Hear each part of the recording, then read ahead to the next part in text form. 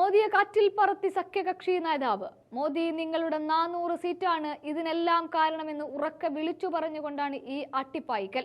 അമിതാവേശത്തിൽ Modi ഗ്യാരണ്ടിയോടൊപ്പം 400 seat എന്ന വലിയ പ്രഖ്യാപനവുമായി BJP രംഗത്തെത്തിയപ്പോൾ പിന്നെ കണ്ടത് ഒരു മോദി തരംഗമായിരുന്നുവെങ്കിൽ പതിയെ പതിയെ പോളിംഗ് ബൂത്തുകളിൽ നിന്ന് വന്ന വോട്ടിംഗ് കണക്കുകൾ ജനങ്ങൾക്കിടയിൽ മോദിയല്ല എന്നുറപ്പിച്ചു തുടങ്ങി. ബി.ജെ.പിക്കാർ മാത്രം ഉണ്ടാക്കിയ ഒരു മോദി തരംഗം എന്നതിനപ്പുറത്ത് അതൊരു വെറും പറച്ചിലായി മാറുകയാണ് ഉണ്ടായത്.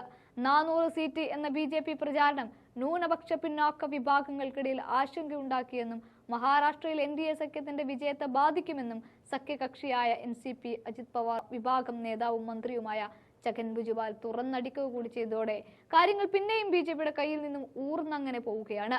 തിരഞ്ഞെടുപ്പിൽ ശിവസേന ഉദ്ധവ് താക്കറെ വിഭാഗത്തിനും എൻ.സി.പി ശരത് പവാർ വിഭാഗത്തിനും അനുകൂല തരംഗമുണ്ടെന്ന വിലയിരുത്തൽ പുറത്തുവിടുന്നതിനിടെയാണ് സഖ്യകക്ഷിയുടെ നേതാവ് തന്നെ മുന്നണിക്ക് തിരിച്ചടിയുണ്ടാകുമെന്ന് പ്രവചിക്കുന്നത്.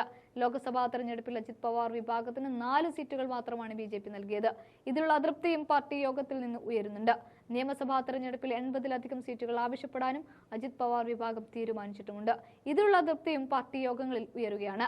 സത്യം പറഞ്ഞാൽ സഖ്യകക്ഷികളടക്കം ബി.ജെ.പിയെ കൈവിടുമ്പോൾ ഇന്ത്യ മുന്നണി അവിടെ ശക്തി പ്രാപിക്കുകയും അവസാനഘട്ട തെരഞ്ഞെടുപ്പിലേക്ക് കടക്കുക, അന്ന് തന്നെ യോഗം ചേരാനുമൊക്കെ തീരുമാനിക്കുകയുമാണ്. ഇവിടെ ഇപ്പോൾ സഖ്യമില്ലാത്ത പാർട്ടികൾ വരെ കൂട്ടുപിടിക്കാനായി ചർച്ചകൾ ആരംഭിച്ചും തുടങ്ങിയിട്ടുണ്ട്. അതിനൊക്കെ ഇടയിലാണ് മോദിയുടെ 400 സീറ്റ് തീർത്തും അസംബന്ധമായി പോയി എന്ന പ്രഖ്യാപനവുമായി കൂടെ നിൽക്കുന്നവർ തന്നെ വരുന്നത്.